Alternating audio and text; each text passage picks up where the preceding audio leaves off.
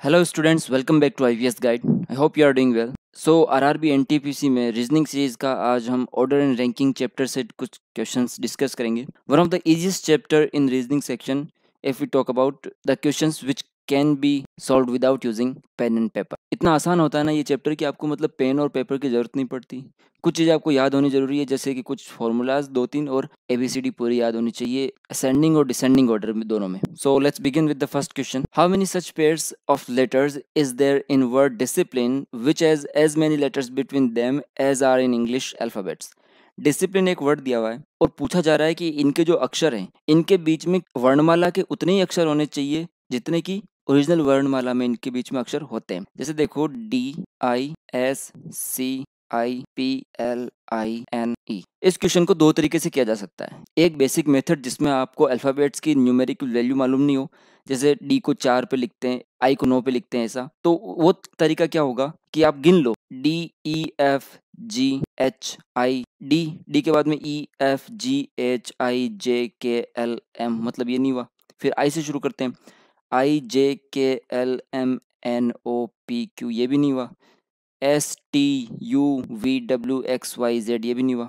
CDEFGHI, ये भी नहीं हुआ। IJKLMN, ये भी नहीं हो रहा। PQRST, ये भी नहीं हुआ। LMN, ये हो गया। देखो L और एक का गैप आकर के N आ चुका है।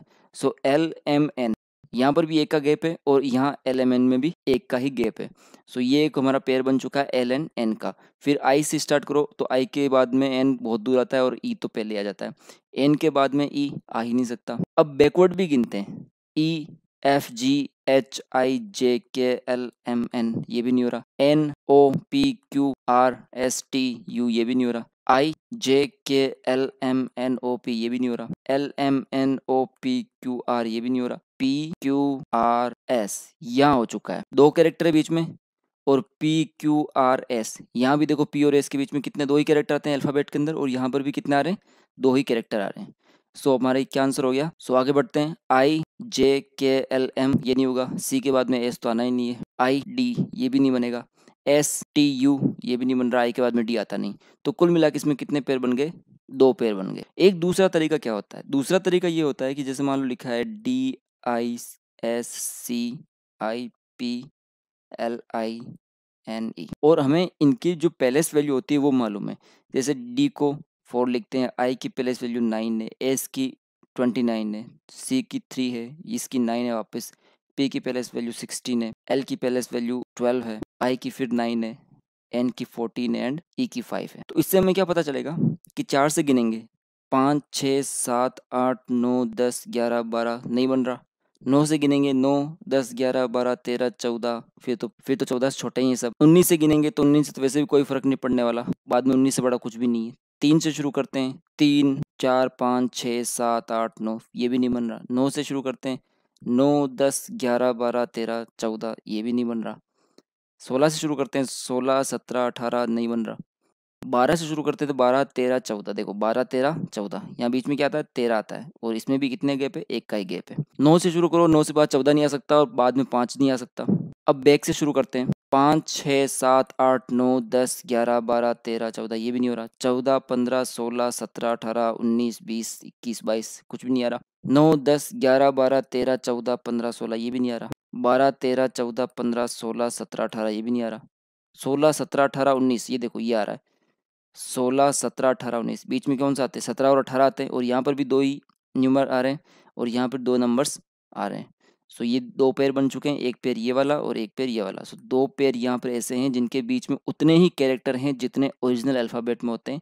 ऑप्शन नंबर सी विल और answer. Let's move on second question. Pick the first, sixth, seventh, and ninth letter of the word corporate and form a new word without repeating any letter. What will be the last letter of a new word? If no such letter could be formed, answer X. If more than one letter could be formed, then answer as Z. Question को समझाता हूँ। Corporate के अंदर से अपने को first, six, seventh और ninth letter उठाना है। सो फर्स्ट कौन सा होगा, C होगा। सिक्स कौन सा होगा, 3 and 3, 6 R हो गया। सेवंथ कौन सा होगा, आर के अगले वाला ए हो गया। और नाइन्थ कौन सा होगा, ये ई हो गया 9th। Now the question is what will be the last letter of the new word formed. जो नया वर्ड बनेगा उसका लास्ट लेटर क्या होगा, और अगर कोई नया मीनिंगफुल वर्ड नहीं बन सकता है तो उसका आंसर करना है एक्स। मतलब CRAE से कोई वर्ड बन ही नहीं सकता जिसका कोई मतलब निकले, तो हमें एक्स आंसर करना है। और अगर एक से ज़्यादा बन रहे हैं तब आपको जेड आंसर करना है, क्योंकि एक से अगर ज़्यादा बनते हैं तो फिर आप इस क्वेश्चन का आंसर कैसे निकालोगे कि what will be the last letter, क्योंकि आपके पास तो 2-3 वर्ड्स हो सकते हैं। तो देखते हैं CRAE से कौन कौन से वर्ड बन सकते हैं। सबसे पहला तो आपको दिख ही रहा होगा RACE, रेस बन सकता है। फिर आपके बन सकता है CARE, केयर बन सकता है। और लास्ट ये बन सकता है ACRE, एकर। सो रेस मतलब दौड़ होती है, केयर मतलब ध्यान रखना, और एकर मतलब आप जानते हो जमीन नापने की चीज होती है। सो हमारे पास कितने वर्ड्स फॉर्म्ड हुए हैं, 3 वर्ड्स फॉर्म हो गए, और 3 वर्ड्स फॉर्म हो रहे हैं, इसका मतलब मोर देन 1 लेटर हो रहा है। तो मोर देन 1 लेटर के लिए आंसर क्या प्लेस करना है अपने को, जेड। तो so answer will be the option number D. क्योंकि अगर इसमें लास्ट वर्ड तो वैसे अगर देखो ई भी कर सकते हैं, लेकिन क्वेश्चन में इंस्ट्रक्शन दे रखा है कि अगर 1 से ज़्यादा लेटर फॉर्म हो रहे हैं तब आपको आंसर जेड ही देना है। बाकी अदरवाइज देखें तो तीनों ही वर्ड के अंदर लास्ट कैरेक्टर ई ही आ रहा है। So let's move on third question. If the letters in reasoning are arranged in alphabetic order, how many letters are placed as same as before arrangement. Reasoning में जो लेटर्स हैं उनको alphabetic wise set करना है। जैसे लिखा हुआ है REASONING, अब इन्हें अल्फाबेटिक ऑर्डर में सेट करना है। सो अल्फाबेट में अंदर रीजनिंग में ये आता है फर्स्ट नंबर पर, सेकंड पे क्या आएगा, ई आएगा 2 नंबर, थर्ड पे कौन सा आएगा, जी आएगा, ये थर्ड नंबर पे आएगा, फोर्थ नंबर क्या आएगा, आई, फिफ्थ नंबर क्या आएगा, एन, सिक्स पर क्या आएगा, वापस एन, सेवन पर ओ, एट पर R, and at the end of the word 9। So set कर दीजिए AEG, 4 पर आई है, 5 पर एन है, फिर 6 पर भी एन है, फिर 7 पर ओ है, फिर 8 पर आर है, और फिर 9 पर एस है। मुझे इन कैरेक्टर्स की पहले से वैल्यू मालूम है तो मैं इनको 1 2 3 से इंडिकेट कर सकता हूँ। आप चाहो तो इनको इनके ओरिजिनल पैलेस वैल्यू से भी इंडिकेट कर सकते हो। ठीक है, जैसे ई को 5 लिखते हैं, ए को 1 लिखते हैं, just like that. RE same नहीं है, ENE यहाँ पर सेम है, AG सेम नहीं है, SI सेम नहीं है, ON सेम नहीं है, N यहाँ पर सेम है, और बाकी कोई सा भी सेम नहीं है। सो इस वर्ड के अंदर जो नया वर्ड फॉर्म हुआ है उसमें 2 ही कैरेक्टर ऐसे हैं जिनकी जगह रीजनिंग में जहाँ थी वहीं उसमें है। जैसे ई की जगह कौन सी थी, वर्ड स्टार्ट होते ही दूसरे नंबर पे थी, तो यहाँ पर भी वर्ड स्टार्ट होते ही दूसरे नंबर पे है। और एन, इस एन की कहाँ थी कि ये छठे नंबर पर था रीजनिंग के अंदर, तो यहाँ पर भी देखो 3 और 3 छठे नंबर पर ही ये एन लिखा हुआ है। सो कितने ऐसे लेटर हो गए जिनकी जगह नहीं बदली, 2 letter. So option C will be our answer. Let's move on next question. Arrange the following word as per order in the dictionary. Dictionary के अकॉर्डिंग इन वर्ड्स को सेट करना है। तो डिक्शनरी में आपने देखा होगा ए से स्टार्ट होती है स्पेलिंग, फिर बी पर जाती है, फिर सी पर जाती है, और ए में भी स्टार्ट होती है, तो सबसे पहले ए से स्टार्ट होगी, फिर स्पेलिंग जो होगी स्टार्ट वो ए से होगी, फिर ट्रिपल ए से स्टार्ट होगी। ठीक है, इस तरह से अगर मान लो कोई बी से स्टार्ट हुई है और बी के बाद में BA आएगा, फिर आएगा BB, और फिर आएगा BC, और अगर मान लो कोई सी से स्टार्ट हुई है, मतलब सी तो कोई मीनिंग होती नहीं, ये तो एक लेटर है मात्र, लेकिन जो स्पेलिंग से स्टार्ट होगी वो CA से स्टार्ट होगी सबसे पहले पेज पर, फिर कुछ पेज बाद में CB से स्टार्ट होने वाली है। सो इसी तरह से देखते हैं इंडिपेंडेंट, IN है, इसमें I और M है, IN और IN है। सो M पहले आता, सो I तो सब में सेम है, लेकिन जो सेकंड कैरेक्टर है वो है M आता है 13 पर और N आता है 14 पर। तो सबसे पहले कौन सा आएगा, C नंबर, इंपॉर्टेंट। ये कट हो गया। अब बचा IN, इसी में IN, इसमें भी IN। थर्ड कैरेक्टर देखते हैं, इसमें D है, फिर वापस C है, फिर S है और T है। तो C पहले आता है, D पहले आता है, तो C आता है 3 नंबर पर, तो इसका मतलब ये वाला जो वर्ड होगा वो दूसरे नंबर पर आएगा, मतलब ऑप्शन B। फिर देखते हैं थर्ड नंबर, ये कट हो गया। अब कौन सा आएगा, अब D आएगा, क्योंकि D, S और T के अंदर पहले क्या आता है, D आता है, तो मतलब ये ए वाला ऑप्शन जो है थर्ड नंबर पर आएगा। ये कट गया। IN सेम है, IN सेम है, S और T, S पहले आता है, T पहले आता है, S पहले आता है, so D will be here, और T जो लास्ट में बचा है वो यहाँ पर होगा। So CBADE option B will our answer. So let's move on next question. In the following question which one of the given responses would be meaningful order of the following. So हमें यहाँ पर कुछ series दी हुई है, इस series के मुताबिक कुछ होता है, उस हिसाब से ही हमें इनको सेट करना है। रिवर मतलब नदी होती है, ग्लेशियर मतलब बर्फ के जो ग्लेशियर्स होते हैं वो आपने देखा होगा वो होते हैं, रिवुलेट मतलब होता है जो ग्लेशियर से छोटी छोटी धाराएं निकलती है। ठीक है, जो छोटी छोटी धाराएं निकलती है उन्हें हम रिवुलेट कहते हैं। ओशन महासागर होता है और सी होता है सागर केवल। तो देखो सबसे पहले जो नदियां बनती है, जो पानी आता है अपने यहाँ पर, नदियों में जो पानी आता है वो कहाँ से आता है? ग्लेशियर से आता है। तो ऑप्शन बी ये कट हो गया। फिर ग्लेशियर से कैसे निकलता है पानी? छोटी छोटी धाराओं से निकलता है, मतलब रिवुलेट। सो ऑप्शन सी। फिर छोटी छोटी धाराओं से मिलकर एक बहुत बड़ी धारा बनती है, उसे क्या बोलते हैं? रिवर बोलते हैं। Option A. रिवर जो जाती है वो सी में जाती है। Option E. और एट द एंड वो ओशन में मिल जाती है। डी। अब कंफ्यूजन होता है कि सी और ओशियन इनमें क्या डिफरेंस है। देखो देखा जाए तो कोई डिफरेंस नहीं है, लेकिन फिर भी एक छोटा सा डिफरेंस ये है कि जैसे मान लो ये इंडिया है, इंडिया का ये नीचे वाला पार्ट है और यहाँ पर ये जो पूरा महासागर है। सो इंडिया के जो बाउंड्री से टच में इतनी सी दूरी में जो पार्ट होगा वो सी कहलाएगा, और जो बचा हुआ पार्ट है उसको हम ओशियन कह सकते हैं। सो यही मेन डिफरेंस होता है। कंपेरेटिवली सी ओशियन से छोटे होते हैं, और हालांकि ओशन के भाग ही होते हैं C. So option D will be last and E will be the second last. So option A will our answer. Let's move on next question. In a row of people a boy is 8th from left hand and 12th from the right hand, how many peoples are there in a row? एक row है, इसमें एक बच्चा खड़ा है, उसकी position हमें दी हुई है कि वो लेफ्ट से तो 8th है, 8th from left and 12th from right. अब आप देख लो, जैसे इसको ग्राफिकली करते हैं, 1 2 3 4 5 6 7 8, यहाँ पर ये बच्चा आ गया लेफ्ट से 8, और यही बच्चा 12th फ्रॉम राइट हैंड है। सो 1 2 3 4 5 6 7 8 9 10 11 एंड ये 12th हो गया। अब देखो गिनोगे इसको तो आंसर आएगा 12 plus 8 minus 1 is equal 19। Total जो लड़के होंगे उस लाइन के अंदर वो 19 होंगे। सो 19 कैसे आया? देखो इस तरफ से 8 था यहाँ तक, और यहाँ से लेकर के यहाँ तक 12 था, तो एक बार के लिए तो 8 हो गया, एक बार के लिए 12 हो गया। लेकिन लेकिन इनमें कॉमन क्या है? कॉमन है ये बंदा इस 8 में भी गिना जा रहा है और 12 में भी गिना जा रहा है, और इसको गिना कितनी बार जाना चाहिए? एक बार। लेकिन ये कितनी बार गिन रहे हैं? इसको 2 बार गिन रहे हैं, तो एक बार इसको घटा देंगे। सो 12 प्लस 8 जब माइनस करेंगे 1, तो 19 हमारे पास आंसर आएगा।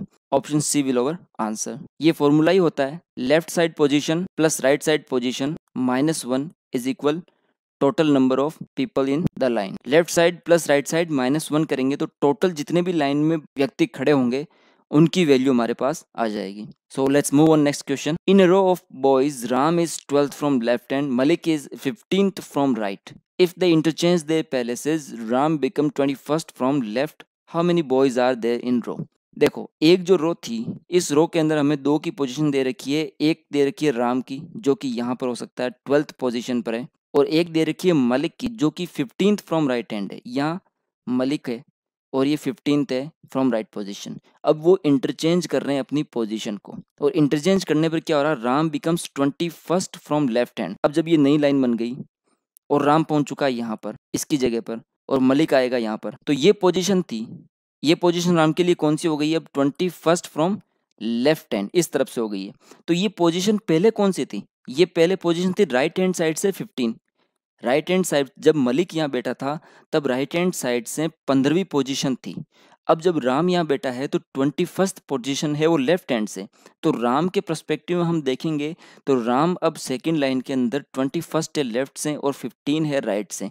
सो 21st plus 15 minus 1 is equal 35, which is the actual number of the boys in the line. So option D will our answer. Let's move on next question. If the position of first and sixth digits of the sequence of number 854017269 are interchanged and second and seventh shown, which number would be the fourth from right hand? सबसे पहले अपने को एक बहुत बड़ा सा number दे रखा है 854017269, और क्या कह रहा है? If the position of first and sixth letter, first की सिक्स्थ लेटर जो कि कौन सा होगा? 7, इसके साथ इंटरचेंज कर दें और सेकंड लेटर को 7 के साथ इंटरचेंज कर दें, तो जो नंबर आएगा उसके राइट हैंड साइड से फोर्थ डिजिट कौन सा होगा? तो सबसे पहले इंटरचेंज करते हैं, और इंटरचेंज करने के लिए पोजीशन बना लेते हैं कहाँ कहाँ कौन सा वर्ड आने वाला है। तो ये 8 है और ये 7 है, ये 8 जाएगा यहाँ पर, 7 आ जाएगा यहाँ पर। फिर दूसरे को 7वें के साथ करना है तो 2 आ जाएगा यहाँ पर, 5 जाएगा यहाँ पर, फिर 4 चला जाएगा यहाँ पर, और ये जो 6 आएगा यहाँ पर, फिर 0 यहाँ चला जाएगा और 3 यहाँ आ जाएगा, फिर एक जो लास्ट में जाएगा और जो लास्ट का है वो कौन सी पोजीशन? 5th पोजीशन पे आ जाएगा 9। अब अपने को देखना है कि राइट हैंड साइड से फोर्थ डिजिट कौन सा है। ये है राइट हैंड साइड, इससे फोर्थ डिजिट कौन सा है? 1 2 3 4, 5 will over answer. Option B will over answer. Let's move on next one.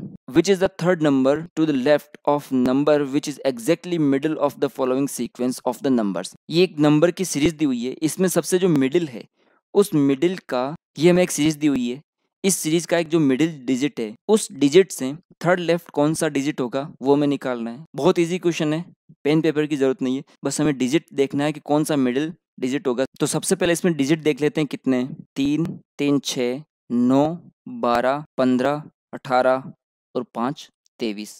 तो इसका मिडिल डिजिट कौन सा होगा? 23 प्लस 1/2 बराबर 12वां डिजिट। तो 12वां डिजिट कौन सा होगा? 3 3 6 3 9 और 3 12, मतलब ये थर्ड जो 3 नंबर है ये हमारा होगा 12th नंबर डिजिट। सो इसके थर्ड लेफ्ट कौन सा होगा? 1 2 3। So 5 will be our answer. Let's move on next question. So this is our last question. How many fours are there in given series which are immediately preceded by an even number immediately followed by an odd number? ऐसे चार ढूंढने जिनके just पहले तो एक सम संख्या आती है और जस्ट बाद में एक विषम संख्या आती है। तो इस टाइप के क्वेश्चन में क्या करते हैं कि जितने भी चार हैं उन पर निगाहें बनाएंगे। पहला चार ये है, दूसरा यहाँ, तीसरा ये एंड चौथा यहाँ पर है और पांचवा ये रहा। अब देखना है कि किसके पहले सम और किसके बाद में विषम संख्या है। सो इसके पहले ही विषम संख्या तो ये कट हो गया। इसके बाद पहले देखते हैं 8 एक सम है, 1 1 विषम है, मतलब ये एक राइट हो गया। सेकंड ये देखते हैं इसके पहले 0 आ गया तो ये कट हो गया। इस 4 को देखते हैं तो इसके पहले है 6 और बाद में है 7, मतलब सम और विषम का बन रहा है, तो मतलब ये भी एक बन चुका है। और लास्ट देखते हैं कि इसके पहले तो सम है लेकिन लास्ट में विषम नहीं है, मतलब केवल 2 ही ऐसे चार हैं जिसके जस्ट पहले सम है और जस्ट बाद में विषम संख्या है। So option B will our answer. So I hope कि आपको ये लेसन अच्छा लगा होगा। So at the end of the video आपके लिए एक सीरीज दी हुई है, इसमें आपको मैक्सिमम 3 डिजिट तक के स्क्वायर ढूंढने हैं। मिनिमम 1 का भी हो सकता है, 2 का भी हो सकता है और मैक्सिमम 3 डिजिट तक का स्क्वायर ढूंढना है। और कमेंट बॉक्स में कमेंट करके बताएं कि आपको कितने स्क्वायर